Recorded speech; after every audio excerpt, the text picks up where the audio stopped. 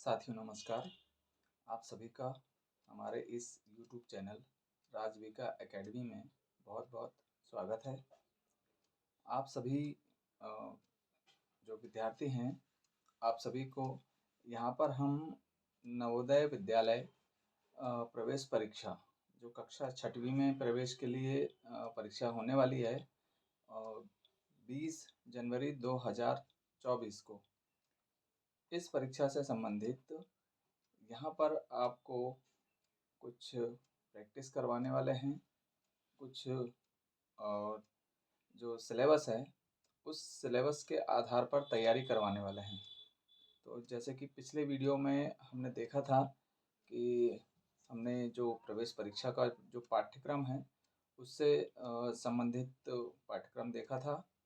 उसके बाद हमने जो दूसरा वीडियो है उसमें भी पाठ्यक्रम और उससे संबंधित जो प्रश्न आते हैं कि कौन से प्रश्न या कितने प्रश्न किस पाठ्यक्रम से आते हैं, हमने यह जाना था। यदि आपने हमारा वह वाला वीडियो नहीं देखा है तो आप हमारे चैनल के डिस्क्रिप्शन में जाकर के उन दोनों वीडियो की लिंक प्राप्त कर सकते हैं और दोनों वीडियो देख सकते हैं कि नवोदय विद्यालय में कौन कौन से चैप्टर्स हैं और कौन कौन से भाग हैं। तो कितने भाग हैं, इन भागों में कितने प्रश्न आते हैं और कितने अंकों के आते हैं। इसके साथ ही हम आज से नई श्रृंखला शुरू करने वाले हैं जिसमें हम जो पाठ्यक्रम है उन पाठ्यक्रम के बीच में पाठ्यक्रम के जो भाग हैं उन सभी भागों के जो अध्याय हैं, इन सभी अध्यायों में से जो प्रश्न बनाए जाते हैं परीक्षा में उनसे संबंधित जो प्रैक्टिस है हम यहाँ शुरू करने वाले हैं। तो आप सभी का एक बार पुनः स्वागत है। यदि आपने हमारे YouTube चैनल को सब्सक्राइब नहीं किया है तो आप सब्सक्राइब कर लें ताकि हमारा जो अगला वीडियो है वह आप तक सबसे पहले पहुँचे और उसका हम लाभ उठा सकें। तो चलिए शुरू करते हैं। सबसे पहले हम देखेंगे इस प्रवेश परीक्षा में जो सिलेबस है, सिलेबस के आधार पर देखा जा रहा है कि कुल 3 भागों में इसको विभाजित किया गया है। तो 3 भाग कौन कौन से हैं? पहला भाग जो है ये पहला भाग आप यहाँ देख रहे हैं। पहला भाग मानसिक योग्यता परीक्षण का है। तो मानसिक योग्यता परीक्षण में कुल 10 चैप्टर दिए हैं, 10 अध्याय दिए हैं। तो उनमें से पहला जो अध्याय है यह है हमारा जो अध्याय 1 है, यह है असंगत को अलग करना। तो ये हमारा जो चैप्टर है असंगत को अलग करना। तो इसके अंतर्गत हमको जो सवाल है ये हल करने हैं। तो इन सवालों को हल करने के पहले हमें कौन कौन सी बातों का ध्यान देना है, इन बातों को हम ध्यान में रखेंगे जिसके आधार पर हम जो सवाल दिए हैं इन सवालों को हल कर पाएंगे। सभी विद्यार्थी ध्यान देंगे कि जो सवाल आने वाले हैं, चाहे वो असंगत को अलग करने के वाले चैप्टर में से हो या आकृति वाले चैप्टर में से हो, पैटर्न वाले चैप्टर में से हो, सादृश्य वाले चैप्टर में, कोई भी चैप्टर हो, इन सभी में कुल 4-4 प्रश्न आपसे पूछे जाएंगे और इन सभी 4-4 प्रश्नों के जो सवाल होंगे वे 4 ऑप्शन में होंगे। आप देख रहे हैं यहाँ पर जो सवाल दिए गए हैं ये 4 आकृतियों में है और इनके 4 ऑप्शन भी होंगे। तो आपको इनमें से जैसे यहाँ पर ए बी सी डी, इन 4 में से कोई असंगत है। इनमें से देखेंगे आप कि इन 4 में से कोई असंगत है।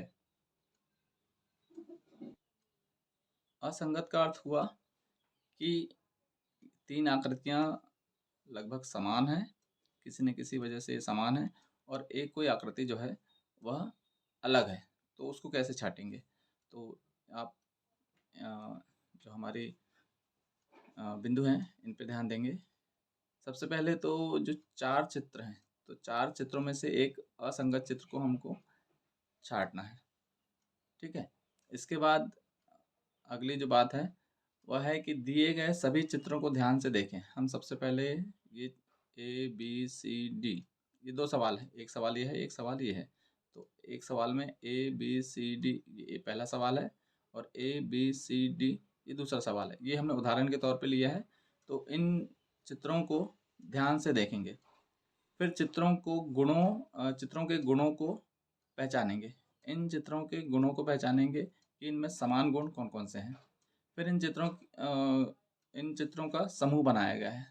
ये आप देख रहे हैं, ये 4-4 का समूह है। तो इन समूहों में जिनमें से 3 चित्र मिलते-जुलते हैं। अब आप देख रहे होंगे इनमें से 3 चित्र कौन से हैं, वो मिलते-जुलते हैं और एक जो चित्र है वो अलग दिख रहा होगा। तो एक जो चित्र थोड़ा अलग होता है, इन जो चित्र हैं इनमें से जो चित्र अलग होता है वही चित्र असंगत होता है। ये चित्र जो है असंगत है और यह असंगत चित्र ही उस प्रश्न का उत्तर भी है।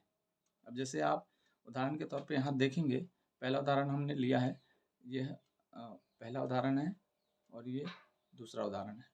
तो पहले उदाहरण में आप देख रहे होंगे कि यहाँ पर एक त्रिभुज बनाया गया है ए में, बी में एक वर्ग आकार की आकृति बनी हुई है, सी में एक वृत्त बना है और डी में एक पंचभुज बना है।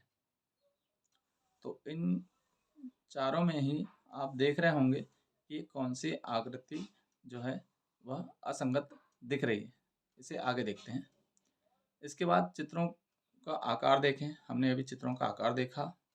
फिर चित्रों की स्थिति देखें। चित्रों की स्थिति देख रहे हैं कि किस प्रकार के चित्र बने हुए हैं। डिजाइनों की संख्या देख ली है हमने। तो डिजाइनों की संख्या यहाँ पर आप देख रहे होंगे। पैटर्न में समानता, इन सभी में पैटर्न में समानता होती है और जो पैटर्न में असमान होता है वो उसका उत्तर होता है। अगला है वास्तविक चित्रों पर आधारित।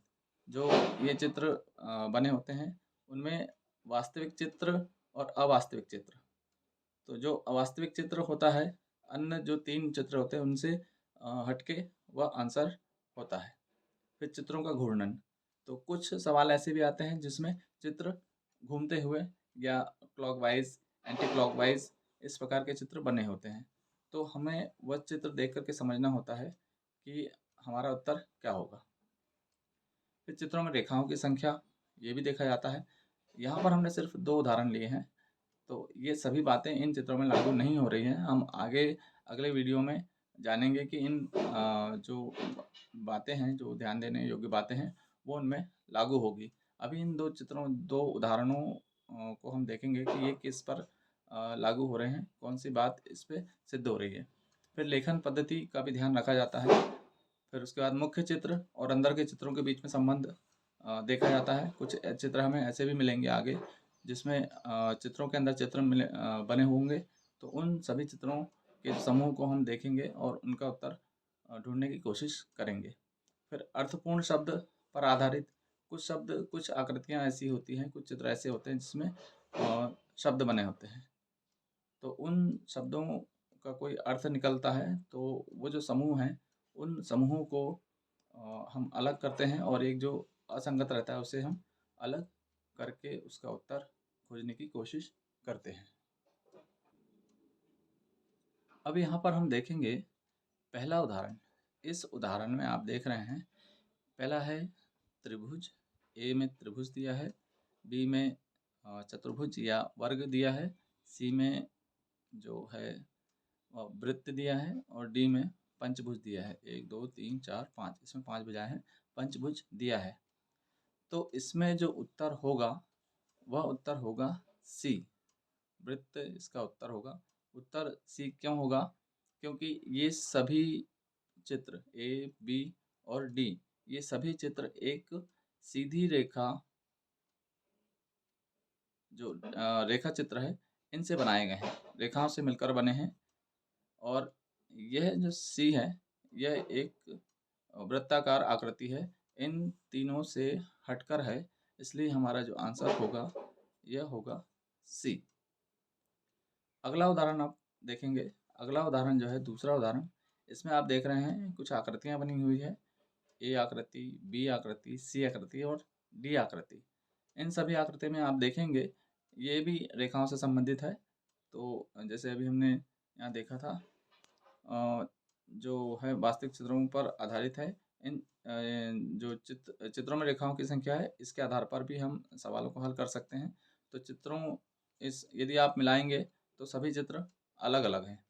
तो इनमें से जो असंगत है उसे कैसे निकालेंगे? तो यहाँ पर हम जो है रेखाओं की संख्या गिनेंगे। तो यहाँ पर रेखाओं की संख्या गिनते हैं 1, 2, 3, 4, 5, 6। इसमें 6 रेखाएं हैं।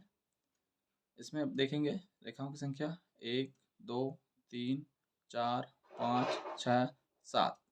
बी में 7 रेखाएं हैं, यहाँ पर 6 रेखाएं हैं, यहाँ पर 7 रेखाएं हैं।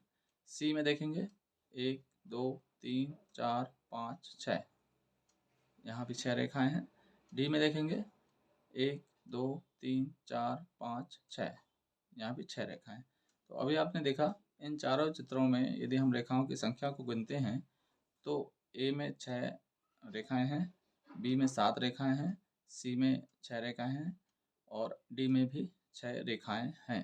तो इन सभी को मिलाएं तो हमें प्राप्त होगा कि बी जो है इसमें अन्य जो चित्र हैं इनसे ज़्यादा रेखाएं हैं, इसलिए यह चित्र जो है असंगत है और यही हमारा उत्तर भी है।